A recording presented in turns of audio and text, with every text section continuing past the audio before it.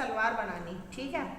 अब इनमें कमी क्या क्या रही है, कमी भी रही है ना इनमें सलवारों में, क्या क्या कमी रही है। किसी की सलवार में तो ये दिक्कत आई है कि ये जॉइंट से जॉइंट नहीं मिले, ठीक है। और किसी की सलवार में ये हुआ है जैसे कि मोहरी बना रहे हो और मोहरी बनाने में झोल आ गया, ये देखो जैसे इसमें ये झोल आ गया, ठीक है। सिलाई लगाने में झोल आ गया। और किसी की ये बनाने में क्या दिक्कत रही है, प्लेट में दिक्कत। प्लेट में क्या दिक्कत रही है, किसी की छोटी बन गई, किसी की बड़ी बन गई, इकसार इक्वल नहीं बनी, ये दिक्कत रही है ना सलवारों में ज़्यादातर।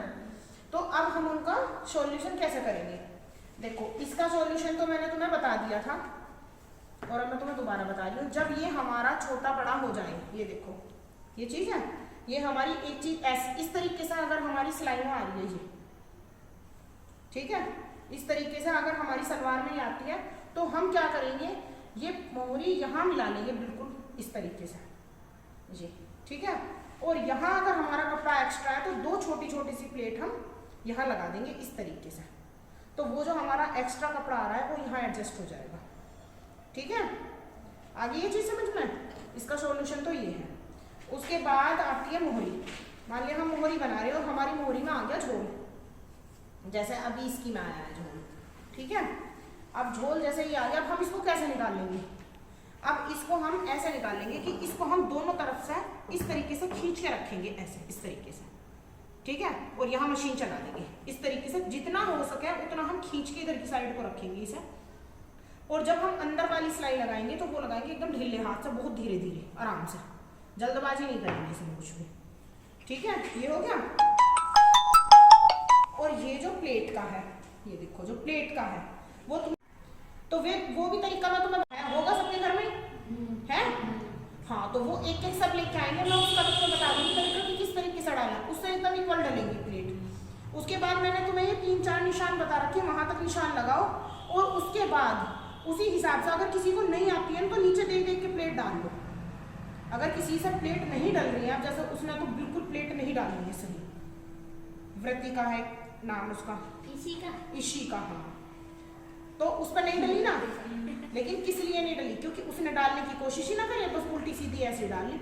अरे जब तुम्हें नहीं डालनी आई तो नीचे से ऐसे एक बार देख लो कि हमारी सही डल रही है या नहीं डल रही है, सही डल रही है या नहीं डल रही है, ठीक है।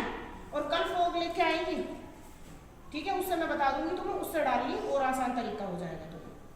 अब इसमें सारे कई बार पता क्या होता है, इसमें भी झोल आता। तुम नेफे को जितना ढीले हाथ से नेफा बनाओगी, मोड़ो इसे और बहुत हल्के हाथ से रखो, खींचो मत इसको, इस तरीके से खींच के नहीं बनाना, बहुत ढीले हाथ से। सिलाई का पता है क्या है, जितने तुम हल्के हाथ से सिलाई करोगे झोल कभी नहीं, कभी भी जितना तुमने खींच लिया, खींच के स्टार्ट ऐसा खींच के बनाया तो झोल आ जाएगा पक्का।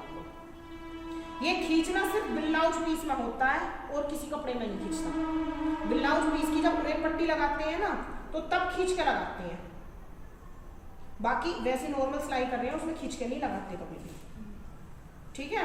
अब इसकी सारी चीज परेशानी समझ में आ गई तुम्हें। इसमें जो गलती हो सकती है, गलती एक नेफे में हो सकती है, क्योंकि वो तुम सिलाई खींच के लगा दोगे तो नेफा देखो ऐसा हो जाएगा जैसे इसका हो रहा है आगे पीछे, ठीक है। प्लेट अगर तुम नीचे देख के नहीं लगाओगे तो इसमें गड़बड़ हो सकती है, ठीक है। उसके बाद अगर इस मोहरी को खींच के नहीं बनाओगे तो इसमें गड़बड़ हो सकती है।